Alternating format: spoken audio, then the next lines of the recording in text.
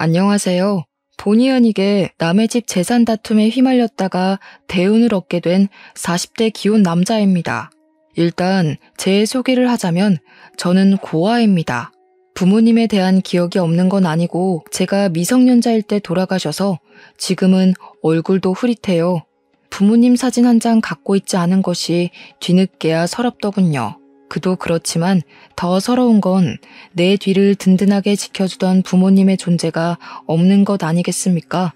제게도 부모님이 계셨다면 적어도 제 존재 자체를 욕하는 사람들은 없었겠죠. 세상에는 부모님을 잃는 것만이 가장 아픈 슬픔이라고 생각을 했는데 살다 보니까 그에 상응하는 고통도 있긴 하더라고요. 가족은 아니지만 가족만큼 아꼈고 마음을 준 사람들에게 당한 배신은 이루 말할 수 없이 괴로웠습니다. 저는 그저 소중한 사람들에게 진심을 보였을 뿐인데 결국 돈 앞에서는 모든 게 왜곡이 되는 것 같더라고요.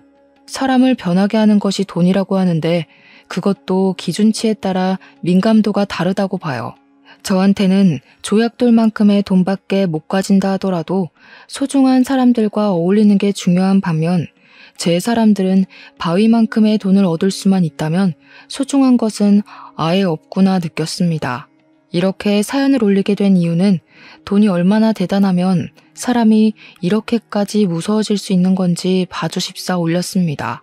제가 인생을 너무 쉽게만 보고 있었던 건지 잘못 살고 있는 건지 꼭 좀 들어보시고 조언 부탁드립니다. 제게는 유일한 가족인 아내가 있어요.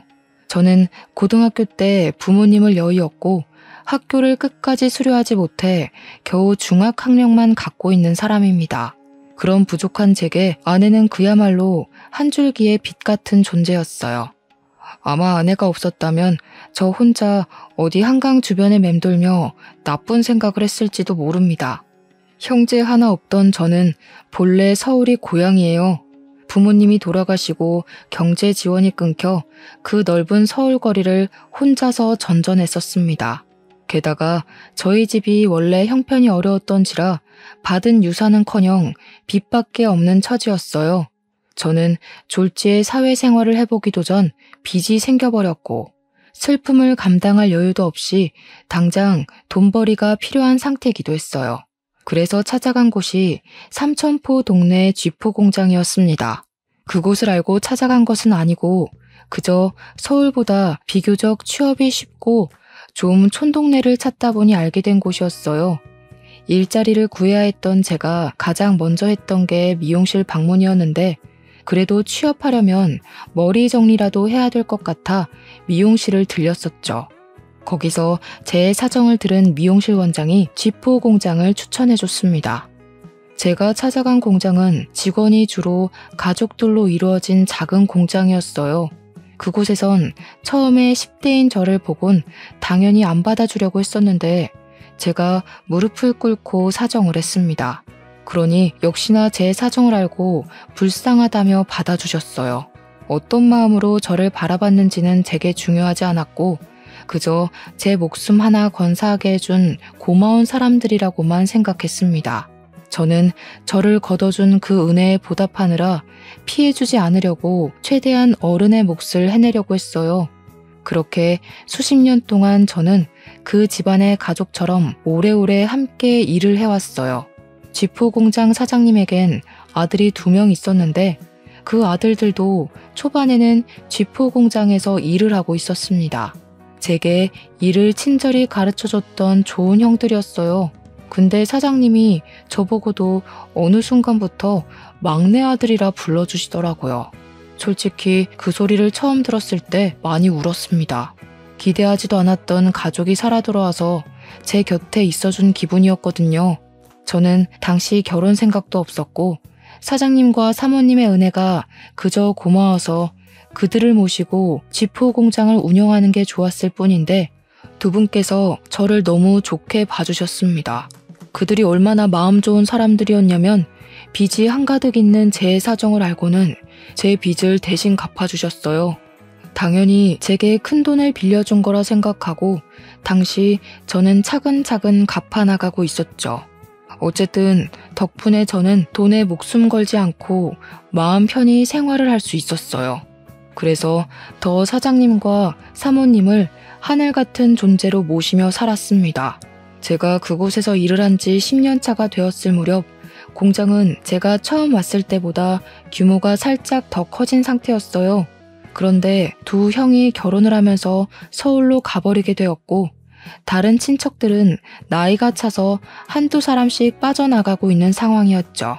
그런 와중 사장님 밑에서 열심히 일하는 직원은 저밖에 없게 되었습니다. 그래서 원래 가족원만으로도 운영 가능했던 게 이젠 직원들이 대량 필요해졌고 그 시점에서 저는 사장님에게 고마운 제안을 받게 되었어요. 사장님이 저더러 사장직을 일임하겠다고 하더라고요. 너무 과분한 마음이라서 솔직히 처음에는 놀랐습니다. 한편으로는 큰형이랑 작은형도 있는데 친자식을 두고 제게 공장 대표 자리를 물려준다는 사장님의 발언이 저를 불편하게 만들기도 했어요. 큰아들이랑 작은아들은 이미 자기들 입에 풀칠하면서 잘만 사는데 뭐하러 공장을 오겠냐? 내가 어디 너 말고 믿고 맡길 사람이 있겠어? 그래도 아직 사장님 건강하시잖아요. 당장 쓰러지시는 것도 아닌데 제가 어떻게 공장을 받아요. 이런 건 은혜 받는 게 아니라 염치 없는 것 같단 말이에요. 나도 노후엔 여행 좀 다녀봐야지. 둘 있는 아들은 서울 가서 지네 가족들 챙기느라 부모는 들여다보지도 않고 있는데 하나밖에 없는 막내 아들 덕은 좀 봐야 하지 않겠어? 너도 내 아들 아니냐? 애비를 죽을 때까지 굴리고 싶은 거야? 사장님은 끝까지 제게 사장 자리를 넘겨주려고 했습니다. 제게 말은 일부러 세게 하기도 하고 제가 곤란해 할 말을 서슴지 않으면서도 죄책감은 느끼지 않도록 어쩔 수 없는 이유를 억지로 만들어내기도 했어요. 제가 죄책감 갖지 않도록 설득하는 사장님의 말은 사실상 생각해보면 틀린 부분은 없습니다. 사장님 말대로 큰형, 작은형은 이미 서울에서 직장 생활 중이기에 공장을 이어받을 수 없는 상황이었거든요. 사장님 건강은 당시 아직 정정한 상태였지만 미리 후계자를 뽑아서 인수인계를 해야만 공장이 타격 없이 돌아가기 때문에 정황상 제가 물려받는 게 맞긴 해요. 다만 제가 걱정이 되었던 건 사장님이 아들이라고 불러주니 저도 여태 사장님과 사모님을 아빠, 엄마라고 생각한 거지 진짜로 혈육이 아니잖아요. 그런데 혈육 아닌 사람에게 온 세월 바쳐 일궈낸 자산을 물려주겠다고 하니 제가 다 미안했습니다. 정작 사장님과 사모님은 괜찮아 보였는데 말이죠. 그러나 별 수 있었겠습니까? 할 수 없이 제가 공장을 물려받았고 그 뒤로 저는 정말로 두 은인에게 더 잘하고자 효도를 하는 수밖에 없었어요. 그렇게 몇 년을 더 사장님과 바짝 붙어 다니며 인계를 받았습니다.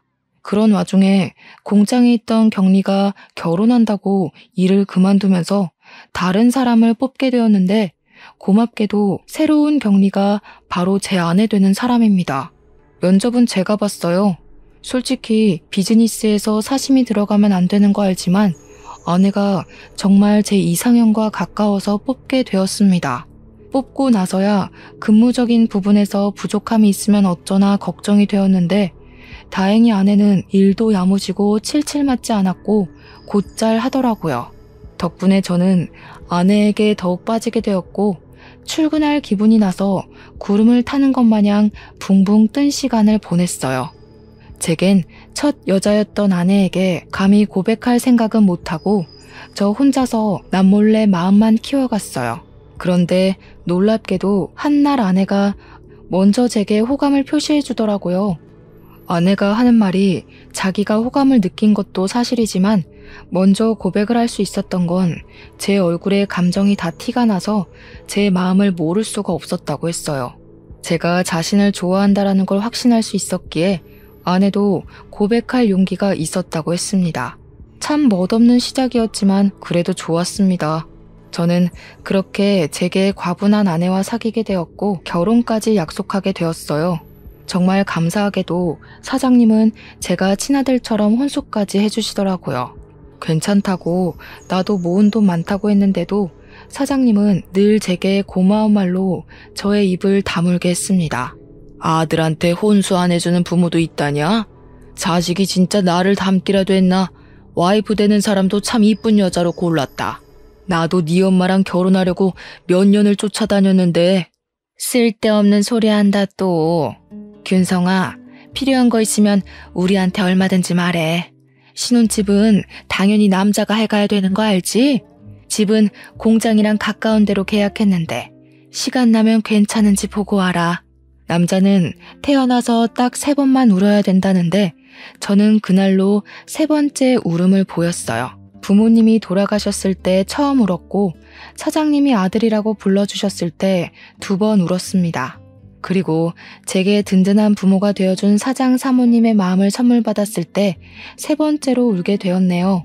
저는 결국 사장 사모님의 고집을 꺾지 못해 작은 아파트까지 선물을 받아버렸어요.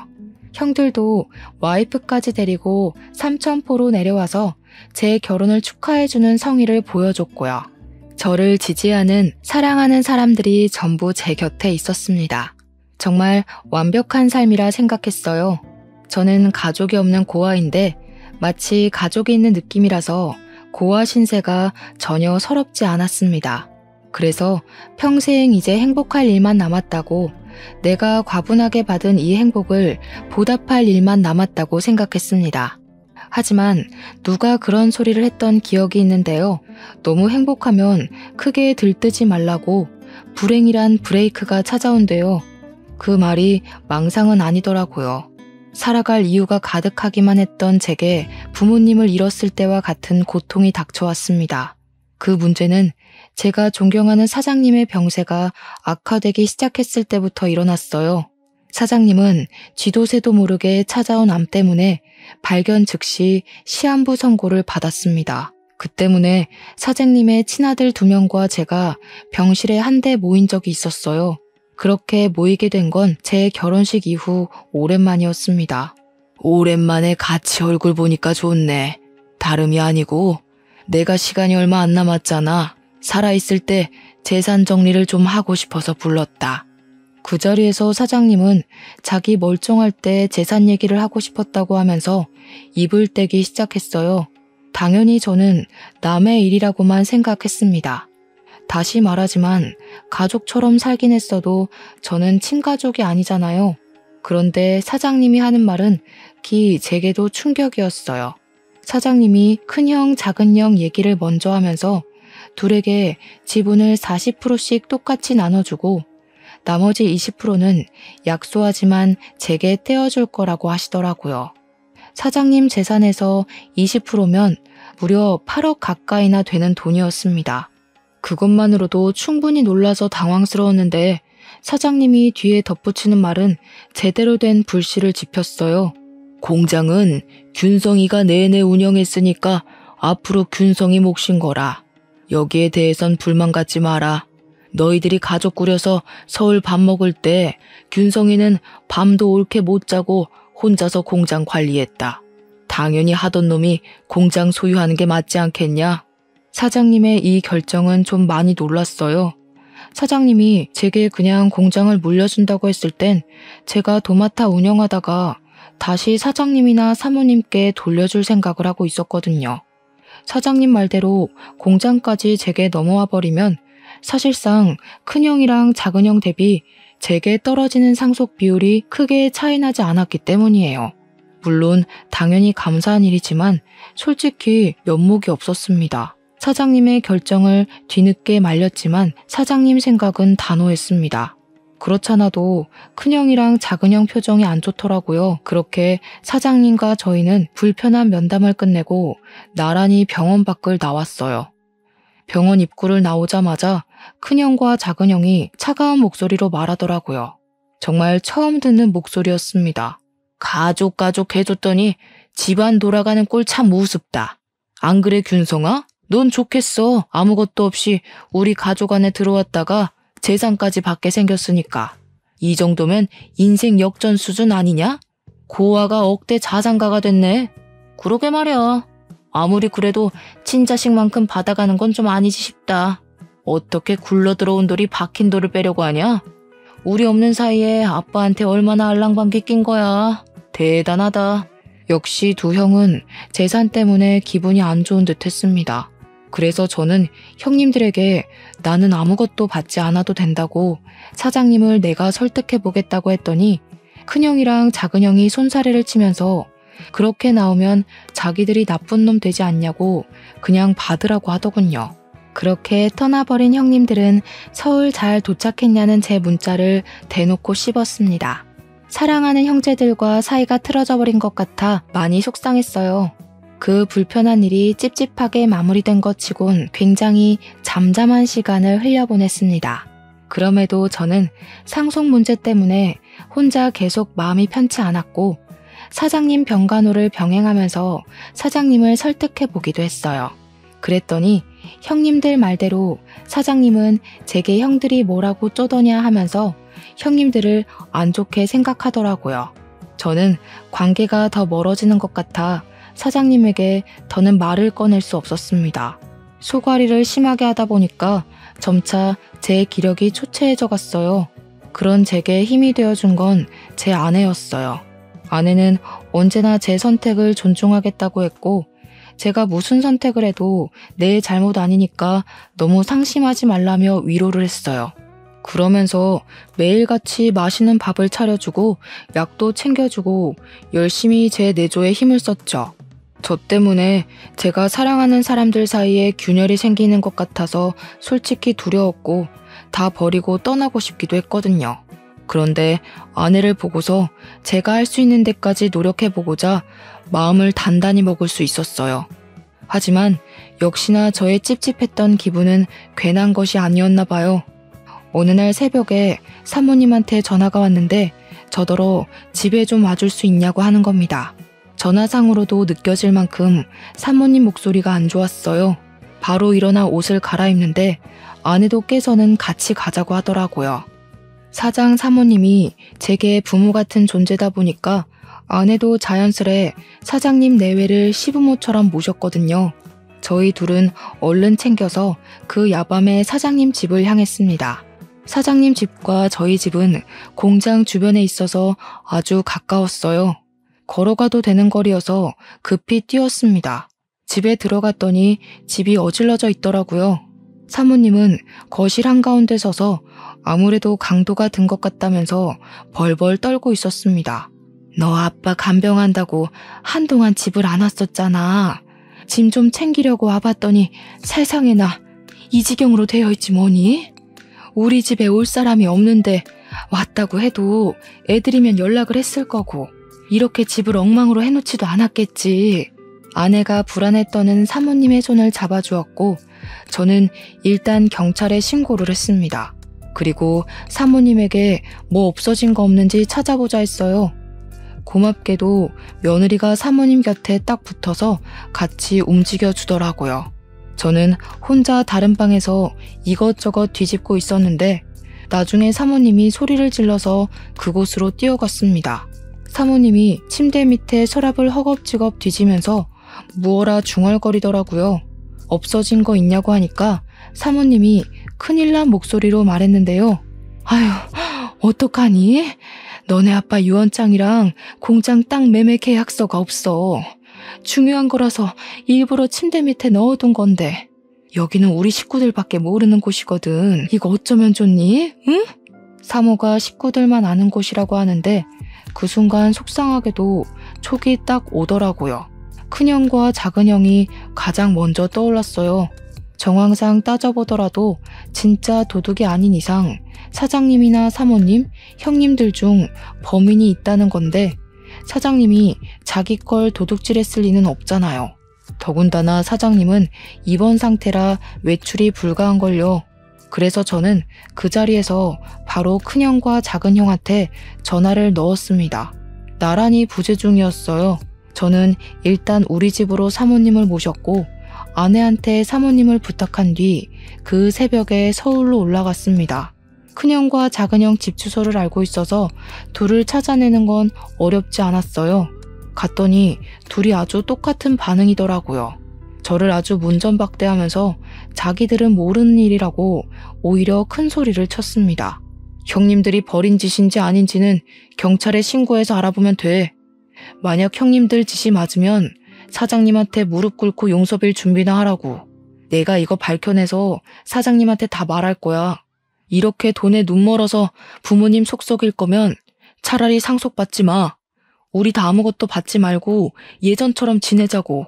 저는 선포 같지 않은 선포를 하면서 속상한 마음까지 토로하고 집으로 돌아왔습니다. 제가 뭐라고 형들에게 상속받지 말라 참견을 했는지 이해 안 되실 수도 있어요. 저도 제 존재가 이해 안 됐거든요. 그럼에도 형들한테 그렇게까지 오지랖을 부리고 싶었습니다. 그리고 저는 그때부터 불행의 중간 기로로 들어서요. 어느 날 제게 믿을 수 없는 일이 일어나고 마는데요. 공장 앞에 주차해놨던 제 차를 좀 빼달라고 누가 새벽에 전화를 한 날이었습니다. 한 번도 그런 연락을 받은 적이 없는데 그날 새벽에 모르는 번호로 그런 의문의 전화가 왔고 저 때문에 잠에서 깬 아내를 두고 잠깐 외출을 했어요. 공장 앞으로 나가 제 차 주변을 맴돌았는데도 사람은 보이지 않더라고요. 그래서 제게 걸려온 전화번호로 다시 연락을 해보았습니다. 그리고 그날의 기억은 여기까지가 마지막이었어요. 제가 한눈판 사이 웬 괴한이 제 머리를 둔기로 후려쳤거든요. 고통도 느껴지지 않을 만큼 머리가 울리면서 눈앞이 새하얘졌습니다. 쓰러진 줄도 몰랐던 저는 정신을 잃어가던 중에 순찰하던 경찰차 불빛을 봤어요. 그리고 그 불빛에 비친 괴한의 신발도 눈에 들어왔죠. 그렇게 더는 기력을 쓰지 못하고 혼절해 버렸습니다. 제가 다시금 정신을 차렸을 때는 병원이었어요. 제 옆에서 아내가 울고 있더라고요. 제가 일어난 걸 본 아내는 급히 의사를 데려왔고 의사가 소견을 말하길 급소를 피해서 맞았기 때문에 뇌진탕으로 무사히 넘길 수 있다고 했습니다. 그렇다고 다행일 순 없는 게 조금만 잘못 다쳤다면 그대로 즉사했을 정도로 위험했다고 하더라고요. 아내는 제가 살았다는 생각에 다리에 힘이 풀려서 오열을 했어요. 그러면서 아내가 제 기억에는 없는 얘기를 서럽게 호소하는데 하는 말들이 뭔가 상황이 잘못되었다는 걸 암시하고 있었어요. 사장님 돌아가셨어. 근데 당신이 죽였대. 당신이 그런 거 아니잖아. 도대체 무슨 일이 있었던 거야? 누가 당신한테 그런 짓을 한 거야? 당신도 피해자라고 내가 계속 말했는데 사장님 아들분들이 말도 안 되는 증거물 얘기까지 하는 바람에 다들 당신이 사장님한테 해코지한 줄 알고 있어. 그날 그렇게 의식을 잃은 저는 무려 5일 동안 깨어나지 못하고 내내 기절해 있었다고 했습니다. 아내가 지난 3일 동안 장례식장과 내 병실을 오가면서 지냈었는데 분위기가 많이 안 좋았다고 했어요. 그 원인이 저 때문이라서 아내도 사장님 발인까지는 함께하지 못하고 쫓겨났다네요.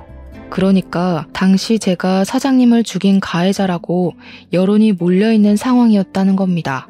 사장님 장례식장에서 큰형이랑 작은형이 알 수 없는 증거물을 기반으로 저를 가해자로 몰았다고 했어요.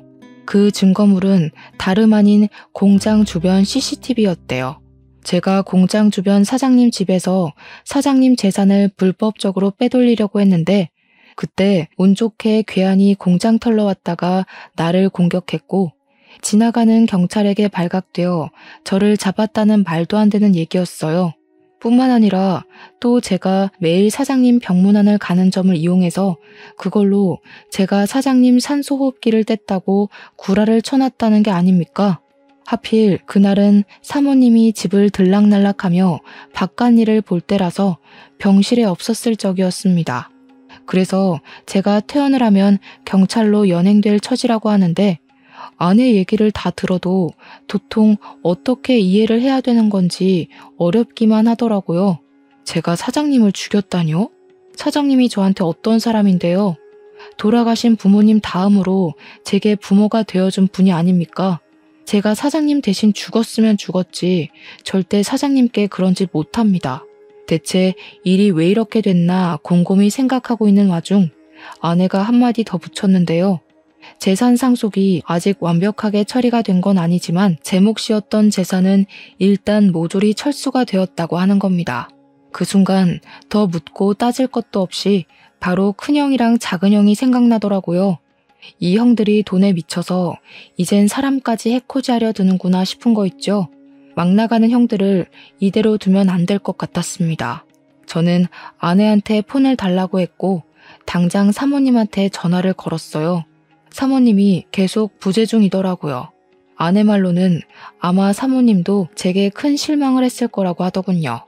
공장 직원들한테까지 제 소문이 안 좋게 퍼져서 저는 이미 사장직에서 쫓겨난 상태이기까지 했습니다. 너무 기가 막혔습니다. 저 완전 짜고 치는 계획에 걸려든 거잖아요. 제대로 된 생각을 해야겠는데 머리를 굴릴수록 머리가 너무 아파서 도통 생각을 할 수가 없더라고요. 괴로웠습니다. 근데도 그 와중에 저를 믿고 보듬어주는 건 제 아내뿐이었어요. 아내는 제가 그럴 사람이 아니라는 걸 무조건 믿고 있었고 제가 이 상황을 잘 해결할 수 있도록 끊임없이 안정감을 주려고 노력했습니다. 그러면서 그냥 다 버리고 타지로 떠나자는 말을 하더라고요. 아내가 웬만하면 제가 하자는 결정대로 기다려줄 사람인데 그날 처음으로 먼저 의견을 내주었어요. 아내도 제가 남의 집구석에서 할퀴어지고 다치는 걸 보기가 힘들었나 봅니다. 저도 마음 같아선 아내 말대로 재산 다툼에서 빠져주고 싶었습니다. 하지만 제가 이렇게 떠나버리면 돌아가신 사장님한테 예의가 아니라는 생각이 들었어요. 사장님이 정말로 명줄이 다해서 돌아가신 게 아니라 누군가에게 피살된 거라면 그 진상을 밝혀야 되지 않겠습니까? 그게 수십 년 동안 아들도 아닌 남의 집 자식을 제 아들처럼 안고 키워주신 사장님에 대한 마지막 효도라고 생각했어요. 저는 몸을 움직일 수 있을 정도로만 회복을 하고 몰래 퇴원을 했습니다. 그리곤 경찰에게 연락 않고 몰래 공장을 찾았어요. 그러니 공장 직원들이 저를 보자마자 꺼지라고 물 뿌리고 침 뱉고 난리를 치더군요. 깜빵에 있어야 할 놈이 어떻게 밖을 싸돌아다니냐는 둥, 사장님이 나를 얼마나 아꼈는데 그런 파렴치한 욕심을 품냐는 둥 저를 썩은 놈으로 보고 있었습니다. 저는 당연히 제 짓이 아니라고 해명했어요. 하지만 애초에 다들 제 말을 들어줄 생각이 없는 것 같더라고요. 빗자루까지 들고 와서 저를 패길래 저는 아내가 위험해질까봐 얼른 그 자리를 빠져나왔습니다. 그리고 그 다음엔 사장님 집을 찾아갔어요. 초인종을 눌렀더니 사모님의 다 죽어간 목소리가 저를 안 보고 싶다고 문전박대를 하시더군요.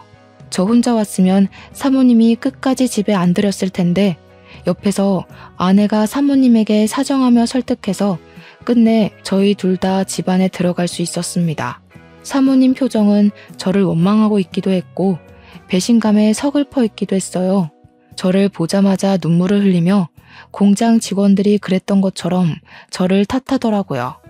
그래도 나는 끝까지 너를 믿었어. 그런데 네가 어떻게 그래?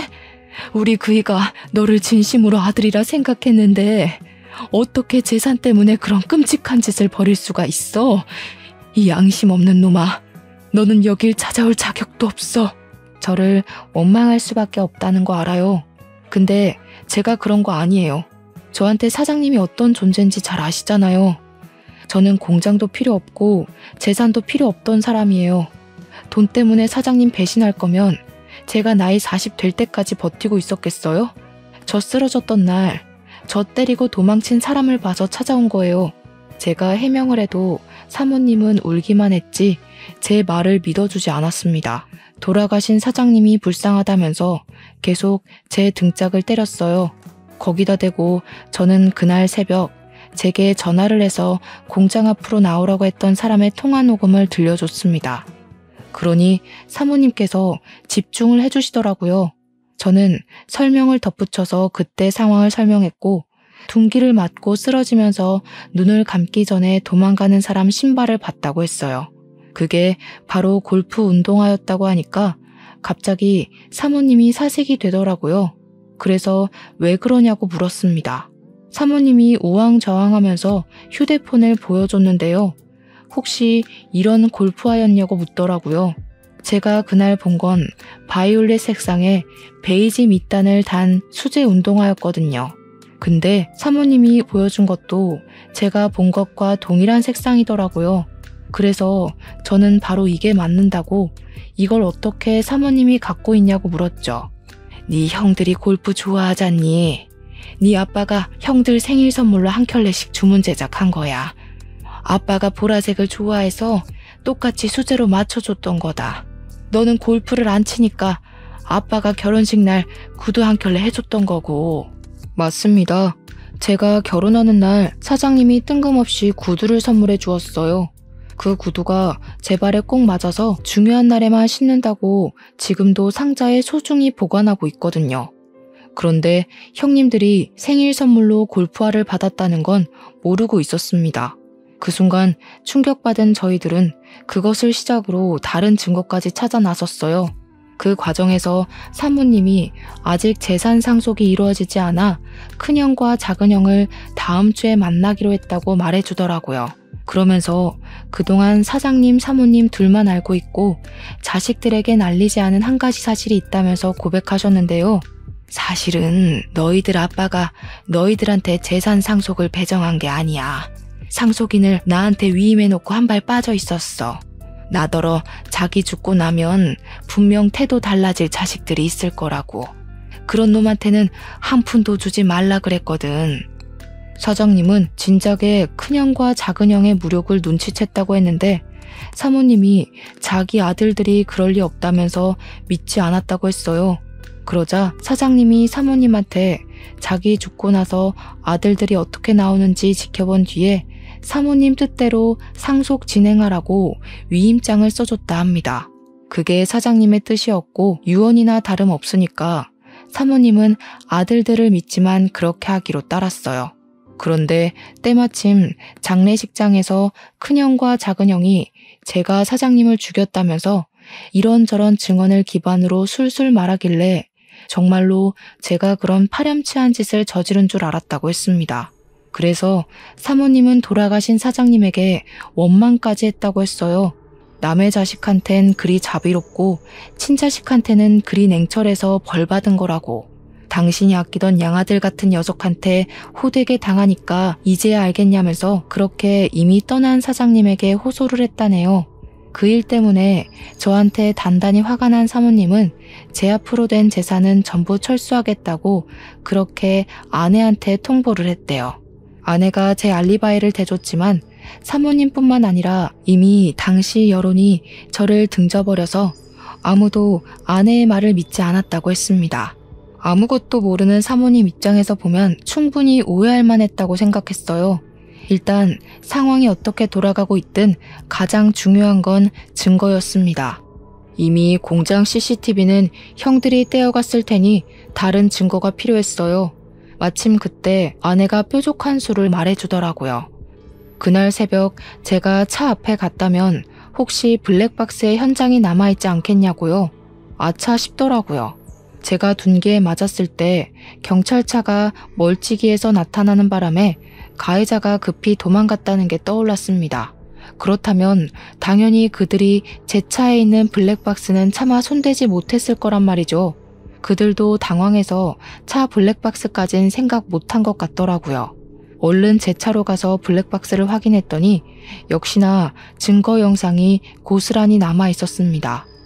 너무 안심했어요. 이것만 있어도 형들의 진술은 거짓이라는 게 밝혀질 거였습니다. 그 뒤로 저는 스스로 경찰을 찾아갔습니다. 그리곤 그날 발생했던 사건 진위를 전부 고백했고 제 알리바이를 조사하기 시작한 경찰도 뭔가 이상함을 감지했는지 원래 접수됐던 신고 내용이 어딘가 모르게 부실하다는 느낌을 받은 것 같았어요. 그래서 그 시간부로 경찰은 큰형과 작은형을 조사에 착수했죠. 제 일은 금방 서울경찰로 연계되었습니다. 얼마 뒤 큰형이랑 작은형이 나란히 잡혔다는 연락을 받고 저랑 아내 그리고 사모님은 같이 서울로 올라갔어요. 서에 도착했더니 큰형이랑 작은형이 저를 보자마자 살인자 새끼라고 삿대질을 하는 겁니다. 이 새끼가 감히 누구한테 누명 씌우려고. 형사님들, 저 녀석 말 들으면 안 돼요. 제가 아들이잖아요. 저 녀석이 우리 가족한테 들러붙을 때부터 수상했다고요. 제대로 확인해 보시라니까요. 큰형은 끝까지 제 탓을 했고 작은형은 저한테 쌍욕까지 일삼았습니다. 하지만 저는 잠시 대꾸를 참고서 묵묵히 경찰에게 제 입장을 표명했어요. 그리고 병원 CCTV도 구석구석 확인해 볼 것을 따로 요구했습니다. 병원 CCTV에 좀 당황했는지 큰형이 옆에서 사기치지 말라며 제 멱살을 잡더라고요. 뻔뻔하게 어디서 주작질이야? 네가 만들어낸 증거인 줄 모를 것 같아? 그래봤자 네가 우리 아빠 재산 빼먹으려고 들러붙어 있던 사실은 안 바뀌어. 거지새끼 걷어줬더니 자기가 진짜 친자라도 되는 줄 아나. 어디서 감히 우리 아빠 돈을 탐내? 겨우 이것밖에 안 되는 사람이라는 게 놀랍다. 돌아가신 사장님이 불쌍하네. 친자식이라고 둘씩이나 있는 아들들이 어떻게 지나가는 똥개만도 못할까? 그렇게 사장님 돈 독식하고 싶었어? 사장님 호흡기까지 손댈 만큼 돈에 미쳐 있었던 거야? 입 닫아. 네가 뭘 안다고 주제넘게 나불거려? 네가 아들이라고 해봤자 현실은 피 한 방울 안 섞인 고아 새끼 아냐. 네 부모가 죽기 전에 그리 유언 남기디? 남의 집에 빌붙어서 재산 빼먹고 살라고? 자꾸 사장님 돈이 형 돈인 것처럼 얘기하는데 그러는 피 섞인 형들은 고아 새끼인 나보다 못나서 재산 비율도 나랑 비슷하게 책정받은 거 아니야? 자기보다 잘난 사람한테 시기하는 건 우월감이 아니라 열등감이야. 형들 지금 열등감 덩어리 같아. 그때 더는 덤빌 말이 없었는지 큰형이 제게 손을 쓰려고 하더라고요. 나이 말고는 저보다 나은 게 없는 것 같은데 제가 그런 못난 사람한테 주먹을 왜 맞아주겠습니까? 당연히 형 주먹이 날아오르기 전 제가 먼저 박치기를 해서 큰형의 코피를 터뜨렸어요. 큰형 바로 저를 놓고 비명을 지르며 구부러지더라고요. 눈물이 찡 올라온 모습이었습니다.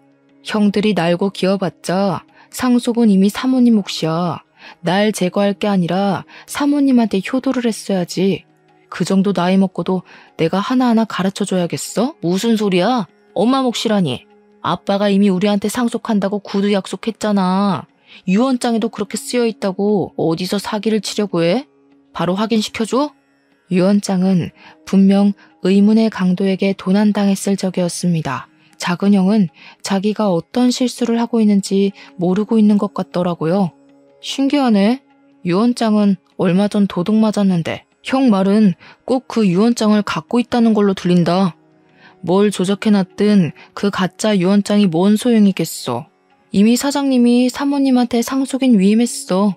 사모님한테 위임장도 따로 있고. 아, 이렇게 말하면 너희들 엄마도 해코지한 뒤에 나한테 누명 씌울 건가? 큰형이랑 작은형은 계획이 틀어졌다는 것에 크게 당황하며 표정으로 드러냈습니다. 뭔가 잘못되고 있다는 걸 얼굴로 티냈어요. 그 와중에 병원 CCTV를 확인하러 갔던 경찰한테서 연락이 왔는데요. 영상에는 제가 먼저 병문안 다녀온 뒤 간호사들이 몇 번 왔다 갔다 했고 그 다음에 형들이 들락날락한 정황이 드러났는데 형들이 병실을 나가고 나서 수상쩍게 두리번거리는 것이 포착되었답니다. 그리곤 몇 분 뒤에 다시 병실로 들어간 간호사가 순간 급하게 뛰쳐나오더니 의사를 불러와서는 병실에 있는 사장님 침상을 끌고 임종실로 옮기는 게 드러났다네요.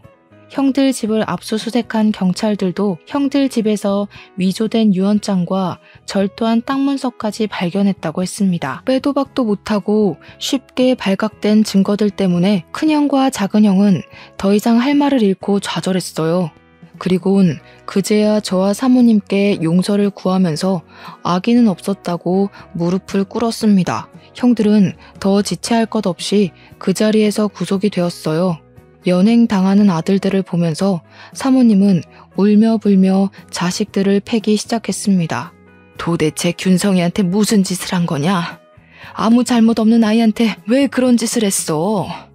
너희들이 그러고도 사람이야? 이제 네 아빠 얼굴을 어떻게 보니? 그래도 내 배 아파 낳은 자식이라고 끝까지 편을 들었는데 어떻게 엄마 마음을 이렇게 찢어놓을 수가 있어?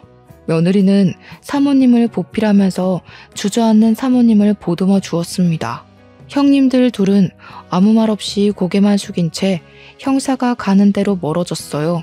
그리고 저희는 서울에서 내려오게 되었죠. 그 뒤로 들은 소식이 당연히 자기 아빠를 죽인 형들은 징역살이를 살게 되었는데요. 문서 위조에 절도죄까지 포함되어 형량이 제법 나왔어요. 사모님께서 출소한 아들을 맞이할 수 있을지도 모를 정도로 길었습니다. 한꺼번에 힘든 일을 겪은 사모님은 저희가 혼자 두기 걱정되어 저랑 아내가 사장님 집으로 이사를 갔습니다. 현재도 사모님을 모시고 살고 있어요. 저는 다시 공장 대표 자리를 찾았고요. 사모님이 제게 사장님 재산의 70%를 떼주었습니다. 나머지 30%는 패 죽일 놈도 아들은 아들이라고 몫을 조금 남겨놓아야겠다고 하더군요. 그게 사모님의 괴로운 마음에 조금이나마 위안이 된다면 저도 사모님 뜻을 충분히 존중해 줄 수 있습니다. 그리고 저를 오해했던 공장 직원들도 당연히 오해가 풀렸고 제게 사과를 했어요. 사장님 아들 욕까진 차마 더 하지 못하더라고요. 어떤 분은 잘 알지도 못하고 저를 막대했다는 죄책감에 일을 그만두기도 하셨습니다. 제 아버지뻘 같은 분이셨는데 일을 참 우직하게 잘하셨던 분이거든요. 저는 정말 괜찮았고 상황이 그럴 수밖에 없었던 건데 그만두셨다고 해서 속상했습니다. 그분께 따로 문자를 넣어드렸는데 답장은 오지 않았어요. 그분께서 혹시 라디오 사연을 들으신다면 죄책감 가질 필요 없다고 그저 당신도 군중 심리에 이용당한 피해자가 아니냐고 위안의 말씀 올리고 싶네요. 다른 직원분들과의 관계는 더할 나위 없이 돈독해졌습니다. 아직은 다들 제게 죄책감을 갖고 있는 것이 눈에 보이지만 이마저도 관계 회복의 과정이라 생각하고 그들의 시도 때도 없는 사과를 자연스럽게 받아들이려고요. 이렇게 폭풍 같은 지옥이 지나고 나니 좋은 일들이 수두룩하게 찾아오는 것 같아요. 정말 기쁘게도 저희 부부에게 축복이 찾아왔어요. 저번 주에 제가 바빠서 아내랑 사모님이 같이 산부인과 가서 초음파 사진을 찍고 왔는데 아기가 아직 너무 콩알만해서 우리 아이인 게 실감나지 않더라고요. 아들일지 딸일지는 모르겠지만 우리 예쁜 아내를 닮았으면 좋겠다는 생각을 해요. 그리고 저 또한 내 자식으로 찾아와준 우리 축복이에게 부끄럽지 않은 아빠가 되도록 노력할 겁니다. 무엇보다 건강하고 가진 것에 감사하며 살 줄 아는 바람직한 아이로 키울 거예요. 너무 과분한 바람은 아니겠죠? 말을 하다 보니 덜컥 겁이 나서 제가 잘할 수 있을지 모르겠네요. 아이 기다리는 일이 원래 이렇게 긴장이 되는 건가요? 다른 아빠들도 다 그렇겠죠? 아무튼 저랑 아내 그리고 제게 어머니와 같은 사모님까지 저희는 곧 새로 생길 식구인 아이를 만날 그날만 손꼽아 기다리면서 한동안 설레는 시간을 보낼 것 같습니다. 다소 지저분했을 사연이었는데 중간에 채널 돌리지 않고 집중해줘서 감사해요. 청취자분들 인생은 태풍 길 없이 산들바람만 이는 삶이길 바랍니다. 행복하세요.